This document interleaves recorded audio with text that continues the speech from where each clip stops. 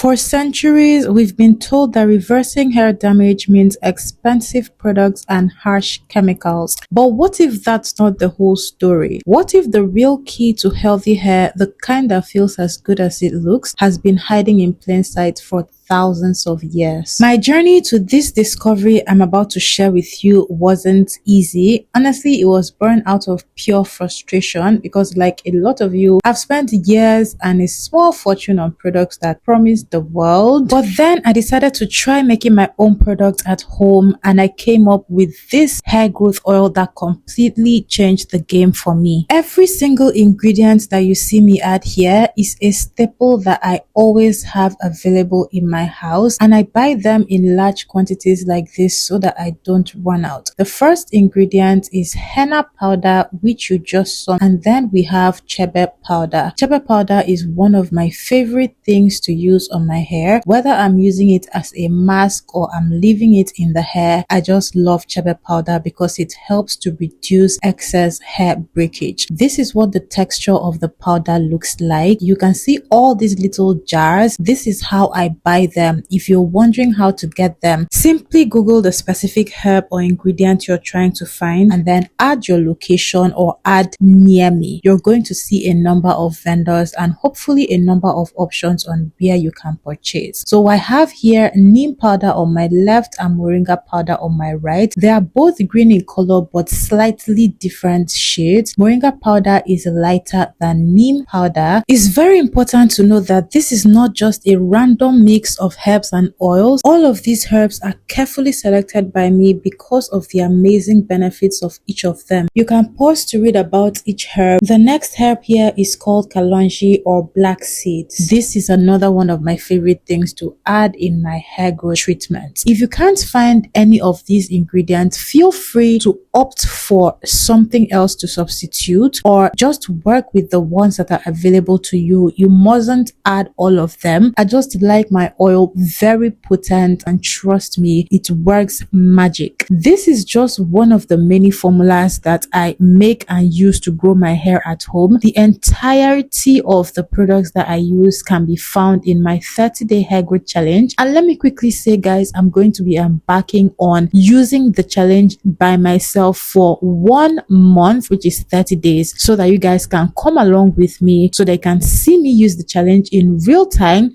and so that you can observe for yourself the benefits of this amazing challenge. Once I start, I'm going to put word out. Hopefully we begin next week. I will keep you guys updated. And now that we see all of the herbs I'm going to be including in this powerful oil, I hope you have taken notes. Remember, you can pause the video to read the benefits and to look very closely at the ingredients so that you get them right when you go to purchase them. These are the quantities that I use, and all of these containers are 50-gram containers. This is rosemary, and on my left I have fennel seeds, which I showed right before the rosemary. The last ingredient here is ginger powder. Ginger powder was an extra. Also remember, you must not use every single one of them. Use the ones that are available to you. What I like to do is blend my ingredients like kalonji. Blending the seeds like kalonji and fennel and fenugreek seeds helps to break it down into a powder, and this enables the powder to infuse better when mixed with the carrier oils. So instead of leaving your mixture to infuse for longer, you can use your oil in as little as 24 hours after you have put it together to mix. So I'm going to quickly blend this for you to see, and depending on the kind of blender that you have, most blenders will give you a finer powder, but this is how mine came out. And then I went ahead to repeat the same thing for the fenugreek seeds. Now you see me measure it out here because the seeds are pressed into the 50-gram container. So I wanted to be sure that I used exactly 2 cups, and this is what I had. One thing that I have learned about these Ayurvedic treatments is that they are the same Ayurvedic treatments that our ancestors used to use back in the day for their hair. And that's the reason why, if you see our ancestors' hair, they had hair all the way to the floor. They used these minimal treatments, but they kept their hair protected. They kept their hair braided. Their hair hair was rarely out in the open, and because of this they were able to retain so much length. They were able to grow their hair so very healthy. Until today, a lot of us take inspiration from the way they cared for their hair. So I'm making it a point of duty to go back to simplifying my hair care. Things are no longer as complex as I used to make them for no reason, and everything has just become so much easier because of this. While I mix all of my herbs and add in my carrier oils,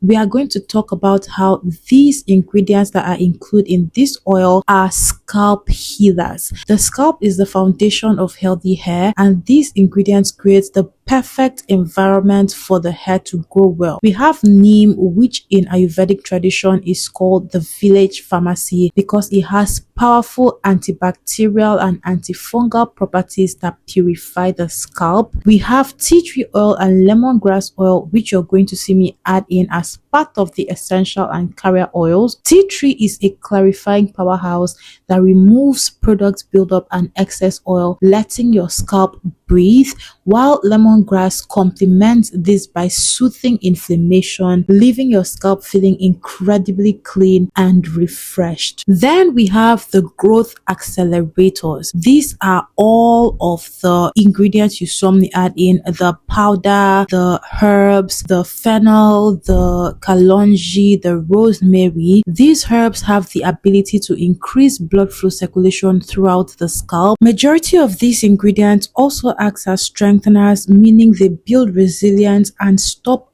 breakage, which a lot of us experience. And once breakage reduces, that means we are able to retain length better. In ancient times, these were the kinds of Ayurvedic herbs that were used to care for the hair, and not just the hair but also the skin. And we see this time and again whenever we go searching for hair growth treatments that we can use for ourselves. We see Indian treatments, we see African treatments, we see Asian treatments. All of these treatments involve one herb or the other, one plant or the other, and they are common amongst different tribes. There are always herbs involved, and these herbs have been infused into modern hair care products, which we also use and which are incredibly beneficial. To store my oil, I simply cover it like this, and then I allow it to infuse for however long it needs to infuse. You can do 24 hours, you can do 48 hours, you can do weeks and even months. The longer you allow your oil infused, the better and the stronger it gets.